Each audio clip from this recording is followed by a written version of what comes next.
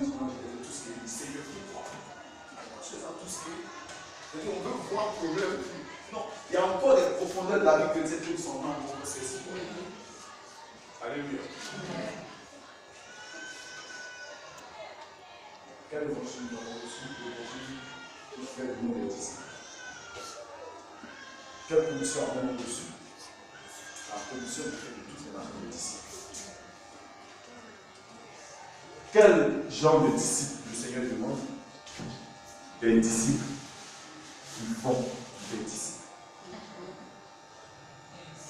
Parce que quand il disait aller faire de toutes les nations des disciples, il s'adressait à des disciples. Alléluia. Il s'adressait à des disciples. Jésus parle à la nature. Quand la nature se manifeste, ils sont dans la barque, bon voici les vents, marée, pour nous renverser là, nous fait chavirer la barque. Il parle à la nature, il parle aux esprits, purs comme impurs. Il manifeste une puissance. Une femme qui avait une personne depuis 12 ans, il n'avait même pas l'idée même de guérir la femme. Il dit alors j'arrive, je vais guérir sa fille. Mais en chemin, une femme comme ça prend son miracle et puis dit quelque chose sorti de moi. Alléluia. Amen. Mais il le fait pourquoi? Parce qu'il se dit que c'est une personne qui est potentiellement un disciple. Alléluia. Amen. Je vais maintenant vous poser une question.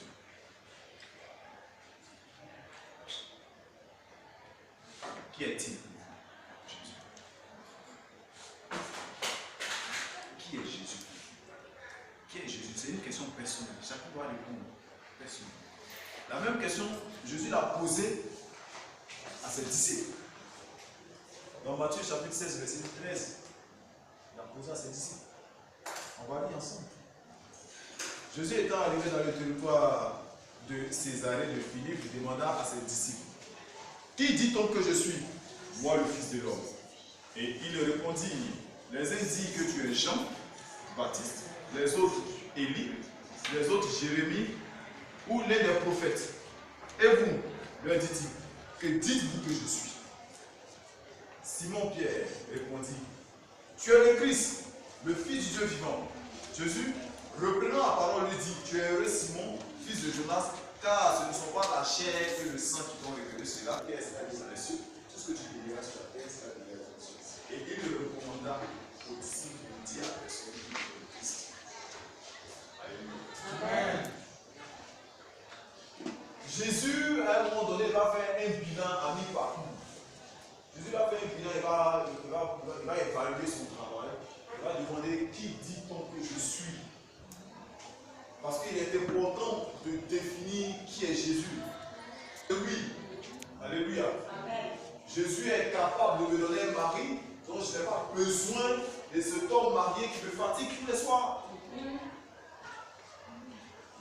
Amen. Yes. Si Jésus est capable de prendre soin de moi, je n'ai pas besoin de compromettre mon salut dans une relation ambiguë. Alléluia. Amen. Mais vous voyez que notre manière de vivre, notre qualité de vie dépend de la confiance que nous avons en Christ. Alléluia. Amen. Dépend de la confiance que nous avons en Christ.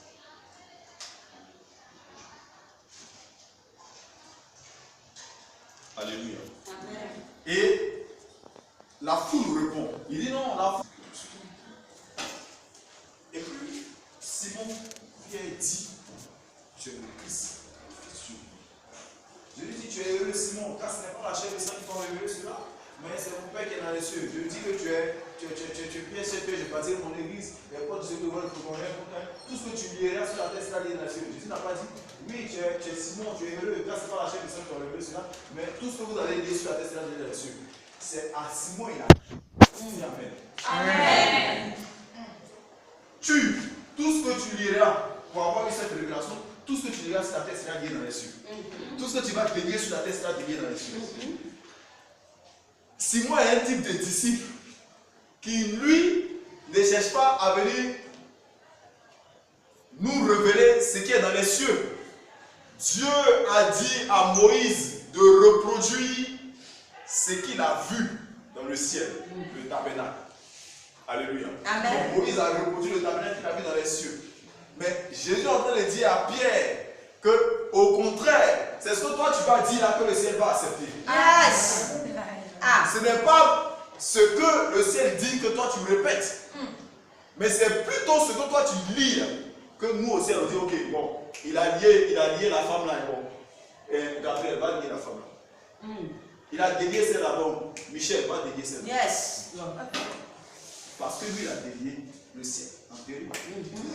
Le verset ne dit pas tout ce que vous lierez sur la terre sera lié dans les cieux. Il dit tout ce que tu. Pourquoi? Que si nous voulons réussir notre vie chrétienne, il est important d'accomplir notre disciple-là, d'accomplir notre marche avec Dieu. Parce que l'évangile que nous avons reçu nous demande d'être disciples et de faire encore des disciples. Qui a un disciple peut lever la main? Au moins 1, 2, 3, 4. Ok. Nous devons produire des disciples. Alléluia. Amen. Nous devons produire des disciples. Des personnes donc qui se disciplinent. Heureusement que l'emblème de la Côte d'Ivoire, notre beau pays, est union, discipline, chômage. Alléluia.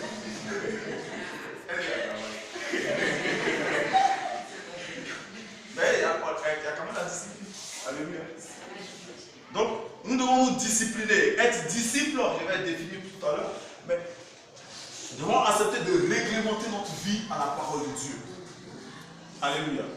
La Bible déclare que la parole est glorieuse, la parole est puissante, la parole est réelle, la parole est majestueuse. La parole a été faite chair. Comment ça s'explique? C'est quand je pratique la parole, je fais de ma vie la parole de Dieu. Yes. Parce que je n'aurais pas eu cet accoutrement si la parole ne m'avait pas dit de m'habiller ainsi. Je n'aurais pas cette tenue à table, ma manière de manger, ma manière de boire, toutes ces choses, ma manière de côté. Si la parole n'avait pas dit, tu ne feras pas ceci, tu ne feras pas. La parole de Dieu est une épée à double tranchant qui tranche et qui juge même les pensées du cœur de l'homme. Elle nous amène à être un type d'homme, un type de femme, un type de comportement. Donc, quand je réglemente ma vie à la parole de Dieu, je suis la parole faite chair. Yes. Et tout le monde voit la gloire que je déploie. Parce que ce qui est attaché à la parole s'attache à moi automatiquement. Alléluia. Amen. Est-ce que quelqu'un comprend ce que je dis? Amen. Amen. Alléluia. La foule n'a pas cette révélation. Parce que la foule voit Jésus comme Jean-Baptiste. Comme quelqu'un qui vient préparer le chemin. Alors que maintenant le chemin est là. Alléluia. Yes. En parenthèse, il y a des personnes qui ne savent pas se situer dans le chemin du temps. Jésus est déjà mort, ressuscité, élevé. Alléluia. N'attendez plus encore une autre manifestation pour sortir de vos maladies, pour sortir de vos souffrances. Avant Jésus, les gens étaient liés à la servitude. La Bible dit que le monde attend avant d'atteindre la révélation des fils de Dieu, parce qu'elle a été soumise à la vanité. Les gens coupent sur les problèmes parce qu'ils disent, ah, Dieu, aie pitié, envoie-nous le Messie. Aie pitié, envoie-nous le Messie. Pourquoi depuis là, je suis toujours dans les problèmes? Pourquoi depuis là, je suis toujours dans les difficultés? Donc nous sommes maintenant dans la gloire. Amen. Alléluia. Amen. Mais pourquoi est-ce que nous n'entrons pas dans cette gloire? C'est parce que nous refusons de nous discipliner. Nous parlons je sais que tu es mon petit frère. C'est genre affaire de Dieu, mais tu es mon petit frère. Quand tu me parles devant le plus grand fou, il me modérer. Tu as des gens qui vont vous aller passer. Vous savez, Pierre était grand frère de Jésus, hein? Pierre était plus âgé que Jésus. Jean-Baptiste était plus âgé que Jésus. Marie, qui ne suivait pas, était plus âgée que Jésus.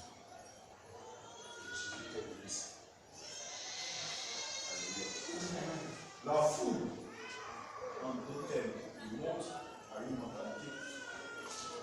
La foule a une pensée, la foule a des agissements, la foule a des croyances, la foule a une manière de se comporter. Et la foule, c'est peut être toi, ça peut être moi.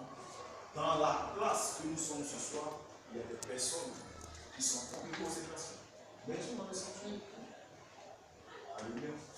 Tu as le lieu très saint. Amen. Amen. La foule, le monde, nous empêche de nous discipliner. La foule, le monde nous empêche de voir la gloire. Bartimée a connu la foule. Cette foule était auprès de Jésus. Bartimée dit, Fils de David, aie pitié de moi. Fils de David, aie pitié de moi. La foule est au fond de terre, il ne t'entend pas, il ne te voit pas. Tellement, il ne te voit pas. Mais cette foule c'était venu autour de qui? Jesus. Donc il y a des personnes qui suivent Jésus. Bien qu'ils suivent Jésus, ils ne changent pas leur manière de vivre.